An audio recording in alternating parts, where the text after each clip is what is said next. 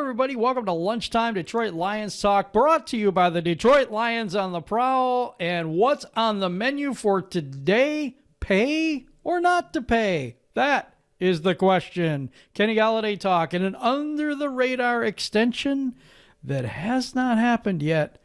I think you'll be surprised. Maybe you won't, but we'll see.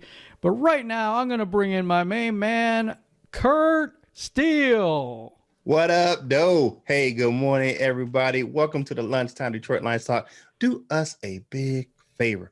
Watch our videos all the way to the end so you know the video is getting spreaded. You make our algorithm better and more Lions content is getting spread to fans like yourself.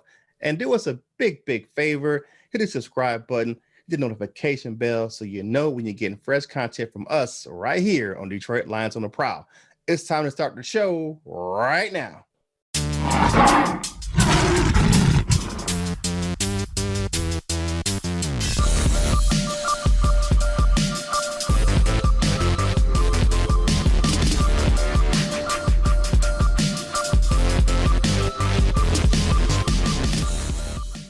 Hey, welcome back to the show. And the question of today is, would you pay Kenny Galloday, trade him, or let him walk? But for more about what we do right here at Detroit Lions on the Prowl, Jim, take it away. Hey, we had a lot of new subscribers, new people to the channel. We want to welcome all of you to the channel, and we are Detroit Lions content only at this point, and Detroit Lions on the Prowl. So you're going to learn a lot of different things about the Detroit Lions, trade rumors, all kinds of things about the coaching staff, what we think and our opinions, and we get to your comments and everything, and we kind of interact. We try to interact with as many people as we can, and we really, truly appreciate everyone yesterday. The video went crazy. 1,300 views. Really appreciate each and every one of you out there that have come to the channel and subscribed and like the content. If you want to see anything else or you want to see something different, let us know. Let us know. As long as it's Detroit Lions related, we'll try to work it into the show for you. And Kurt, what do you think about all these new people that are coming in to watch us on the Detroit Lions? Welcome to the channel, people. We really appreciate that. You know, like Jim said, we want to bring you the fresh content as much as possible.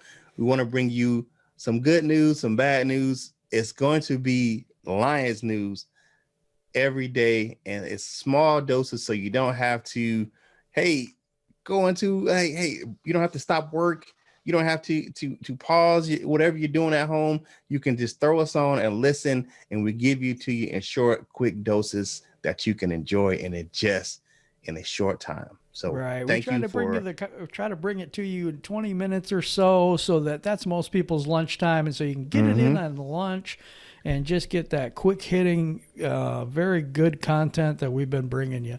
Okay, it's a joy. Let's get to the responses from yesterday, Jim. Oh yeah, we got so many yesterday. It was hard to pick from all of them. So I'm trying to spotlight some new people and some interesting things. So you floor it. This guy, he touched my heart, I'll be honest, because he said he's 65 and he's been through this for so long. So let me read what he says. Hey, just subscribed. I love your show because you're not homers. Totally. I'm 65 and had enough of the madness. I thought we would be a whole lot better when they fired Russ Thomas. That's been a while. Whoa. As Gomer Pyle would say, surprise, surprise, surprise. And here we are 50 years later, 5 playoff appearances, 1 win, 0 division championships, 2 winning coaches. The organization, press, and fans are saying the same damn thing. Fire Quinn Patrician, hire Louis Riddick as GM, and Eric Bieniemy as head coach. Then open up the purse strings. The Fords will never sell the team. And fire Bubbles, too. At least put him out to pasture. Lions free zone. Like, wow. You know, someone who's been here for all that time, just like you have me, you know, we've seen it over and over again. And I think we've seen a lot. You get jaded after a long time of the disappointments, you know. Yeah, it is. It is. Hey, not a Lions fan, but carry on trade value, at best a 3rd round pick, at worst a 5th round pick. God, I don't know if it's that high. Yeah, I'm thinking fifth, sixth, maybe compensatory. Yeah. Yeah. So Yeah, I don't know. yeah. Big Baby Zubas. Kurt Steele, the steel curtain has arrived. Trade anyone. We need cornerbacks and picks. Trade away Roberts, who's the cornerback for the Detroit Lions. So, I like Roberts. Look at that! Look at that shouting out you. Hey, I appreciate you there, Big Baby Zubas. Appreciate it. The Dern, friend of the show. Another great show. I can see some trades happening. I think we should trade Marvin Jones either way. Get Cephas some experience, and he will put up the same numbers as Jones, if not better. What bothers me is almost everyone is trashing Okudah, but no other rookie hasn't played that bad for a rookie. I still believe he hasn't given up a TD all year. He hasn't lost any games like Swift did. That was tough. That was tough. And everyone said, stop trashing Swift. He's a rookie. No one's giving Okudah time, even though his position is much harder to learn. He had to face top 5 receivers, which is the truth. If you give Swift a pass for losing the game, you give Okudah a pass on giving up yards to talented wide receivers. That's a good, that Dern, I have to give it to you. Make some interesting and true points. Everyone has been harder on Okudah than Swift. I will say probably because Swift was a second round pick and Okudah was the 3rd overall pick. I think that's probably why. That's it. You hit it right there. You can't be the 3rd overall pick and not perform as a shutdown corner. Yeah. I know it takes a while, but you got to keep in mind, Deion Sanders was picked 5th overall. Patrick Peterson was picked 4th. We have high expectations for Okudah, and so far, I don't think he's lived up to them. It's just my opinion, and it's the opinion of some of the people out there right now. We as fans are a little fickle on new people. You know, we want to see them perform right away. It's happening for other teams. Why not us? Yeah, it's one of those things where, you know, you're in that position where he's drafted that high. Now, I will say this about Deion Sanders. He's a generational talent. You won't see that. I don't think you'll ever see another Deion Sanders ever in the NFL at the corner position. I just think it will never happen. The other thing I think about this is we picked him, and I don't think it's ever happened that you picked a corner that high that doesn't do anything but play corner. Yeah. He doesn't return kicks. He doesn't return punts. Nope. You know, so that bothers me. Because even Charles Woodson, the great University of Michigan star, he returned punts, and he was a multifaceted defensive back. So I get it. Yeah. So that's my thing on that. So the next thing we're going to go over here is by V5 Samoa. Detroit, or the Lions, need to play our young players. Trade Kerryon, Marvin Jones, and Jared Davis. Here's the issue I have with this. I hate to say this, but Kerryon Johnson's only 23 years old. Yeah, he's young. He's a young cat. You know what I'm saying? So that doesn't make any sense to me. Marvin Jones is older, and I understand that. I just 29. I don't get the other two, because I don't think Jared Davis is that old either. No, he's not. So like I get what you're saying. Move on from the old and get with the new. I get that, but I think that some of those guys are really not that old. And now we're going to go into the first injury report of the week, and it is not looking good for the Pain Train. And with that Pain Train, here's Kurt. What up? Hey, the Pain Train this week. Some big names on there for the Lions that did not practice yesterday, including Trey Flowers, Marvin Jones Jr., Frank Naraknow. Danny Amendola was limited, and Joe Dahl was a full practice with that groin. Some big names for the Atlanta Falcons as well. Julio Jones, McKinley, no practice. And you look at Brandon Powell's a speed guy. He was limited. Calvin Ridley is a touchdown machine, and their secondary was hurting as well with some limited guys with Hawkins and Sheffield. So overall, both teams had some big names on the Pain Train on Wednesday. Yes, they did. And Desmond Trufant, too, did not practice. Oh, yeah. He hasn't practiced in a while, kidding. Man. Nobody cares. Yeah. Go ahead, dude. Stay terrible. over there. Heal up. Terrible. Okay, all right. now. I'm going to Kurt one more time. Go ahead, Kurt. Take it away. Hey, today's Cooking with the Coaches is from Cory Undlin. He talks about how in the game on Sunday about man versus zone, and he doesn't think it as much of a difference. So let's take a listen to what he had to say about the team playing zone versus man on Sunday versus the Jaguars.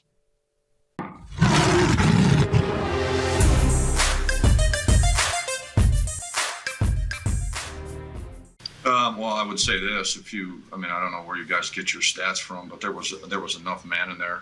Played a little bit more zone, just like it is every week. It depends on the quarterback, depends on the wideouts, depends on what they're doing in the pass game, so it changes up. Also depends on the situation in the game, right? What the score is, where we are, how is the run going, how are we holding up in coverage. So, I mean, if I showed you the call sheet, it probably wasn't that much different than it was, the last couple of weeks, but. When you get in there, and like we've talked about in the past, when you stop the run and you ended up making teams more one-dimensional, then you can do other things.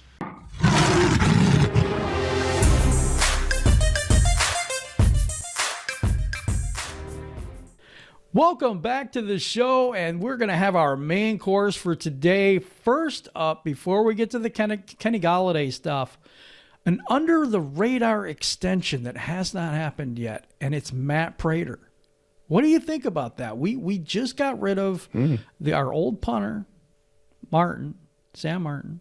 He went to Denver, and we were all like, oh, crap, who's going to be our punter? And Jeff Fox emerges out of nowhere as like the best punter I've ever seen. Mm-hmm. Yeah, he has. So could the same thing happen with Matt Prater? What are they going to do with him? Are they going to resign him? Are they get rid of him? He's getting older. I think it's something to kind of take a look at. He's getting a little bit longer. Now, kickers last in the league a lot longer than anyone else, other position, except for probably Don Milbeck. But he will never die. They may be looking at moving on from Matt Prater. It may be something where they're looking at, hey, he was here before, and then we let him go, and then we brought him back. Now they might want to let him go again. So yeah, I was thinking that because I wasn't sure why they would go ahead and just. He's not extend him. He's struggling a little bit from longer distance. Now, I will say he hasn't missed under 55 this year, but yeah, those 58s and 60s and 57s aren't happening this year. Yeah, one of them was, I think, was totally the weather and the wind. I totally believe that was a terrible call by Matt Patricia. And I think those over 50s, like 57, 58, stuff like that, I think that's stupid. In some ways, I think that's a really dumb call by Matt Patricia when you have a weapon at the punting position right now. All right, let's get into the main topic. My man, take it away. Hey, Kenny G, pay him or no? So I'm going to take the affirmative on this one. So yes, show him the money. You know the deal, that money train. So he's a touchdown machine. My man does it. He led the league last year in touchdown receptions in the red zone. He is the man. And he's a difference maker. And how many current Lions can say that? It's not a lot of Lions that are difference makers on the team. He's homegrown. Was drafted, one of those under the radar picks that nobody really knew who he was, and he came out firing. So, and he wins those 50-50 balls. I won't say it's Calvin Johnson-esque, but it's up there. He can go up and grab the ball. He attacks it at the highest point, and he makes a difference. This year, it was just one of those things where you can tell he was gone. Ian Hertzitz points out that Matthew Stafford's average target per depth by PFF in week 1, it was only 9.3 yards. Week 2, it was 8.8 yards. Kenny Galloday returned, and it went up exponentially, 10.2 in week 3 and 13.3 in week 4. Kenny Galloday makes a case for himself getting paid. If you look at the game on Sunday, it's just hands down. He made a big case. 4 catches, 105 yards. And there's not a lot of guys that can do that in the league. 26.3 yard average for the game per reception.